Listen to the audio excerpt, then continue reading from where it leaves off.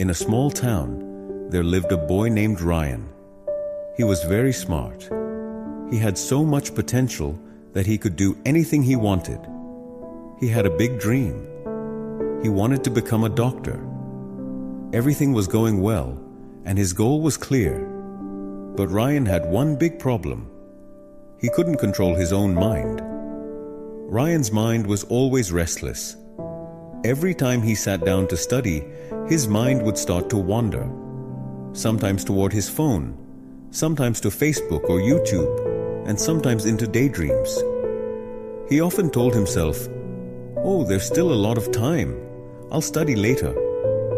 But the funny thing was that later never really came. His parents and even his teachers at school would tell him how important it was to study with full focus. But Ryan believed that if someone is smart, they will succeed. He thought nothing else was needed. One day, the results of the school's scholarship exam came out. Ryan had hoped in his heart that if he won the scholarship, his dream of becoming a doctor would become a little easier. But when he saw the result, his heart broke. He had failed. His friends, who studied regularly, all did very well. The same teachers who once praised him now looked at him with disappointment. That evening, Ryan sat alone. He felt very ashamed. He knew he wasn't lacking intelligence. He had just wasted time. In that moment, he realized something important. Being smart is not enough. Without discipline, no success will come. Right after that, Ryan made a decision. He had to change himself. So he looked for a teacher who would not only teach subjects, but also help students build discipline. He found Coach Miller, a very experienced physical education teacher. Coach Miller was not just about exercise. He also helped students improve their focus and self-control. People used to say that even the most unfocused boys would slowly become disciplined under his guidance. Ryan went to Coach Miller and said, "Coach, I just can't focus on my studies. When I sit to study, my mind keeps jumping from one thing to another. What can I do to improve my concentration?" Coach Miller smiled gently and said, "Controlling the mind is not easy, Ryan. Come, let me show you something."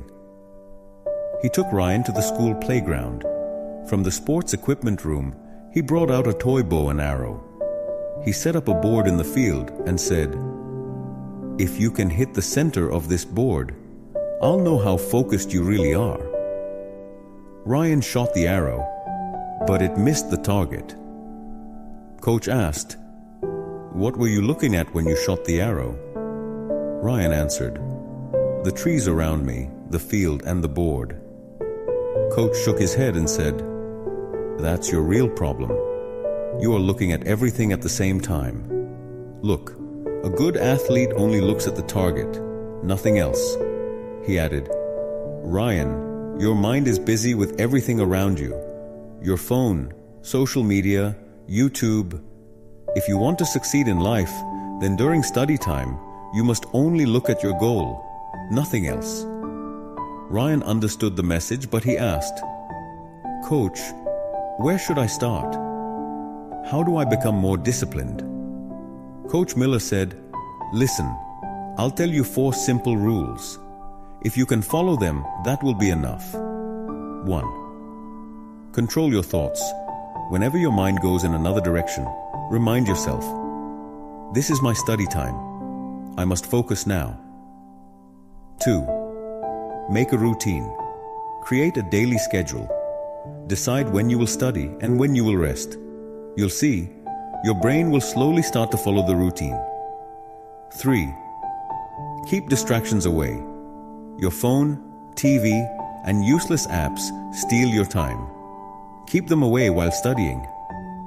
4. Practice every day. Nothing happens in one day. Build small habits every day. This is the real key to mental discipline. Ryan listened carefully to everything the coach said. He made a strict routine for himself. He turned off his phone while studying.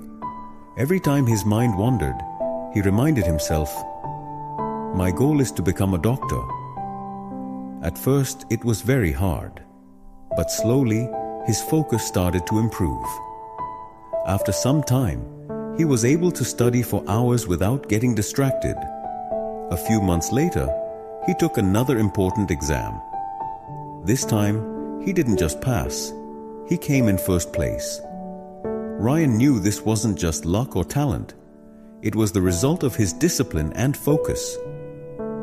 About a year later, when he stepped on the stage to receive a scholarship, he remembered something Coach Miller had told him. The mind is like a wild horse. If you don't control it, it will drag you wherever it wants. But if you train it, it will take you to your destination. From that day on, Ryan held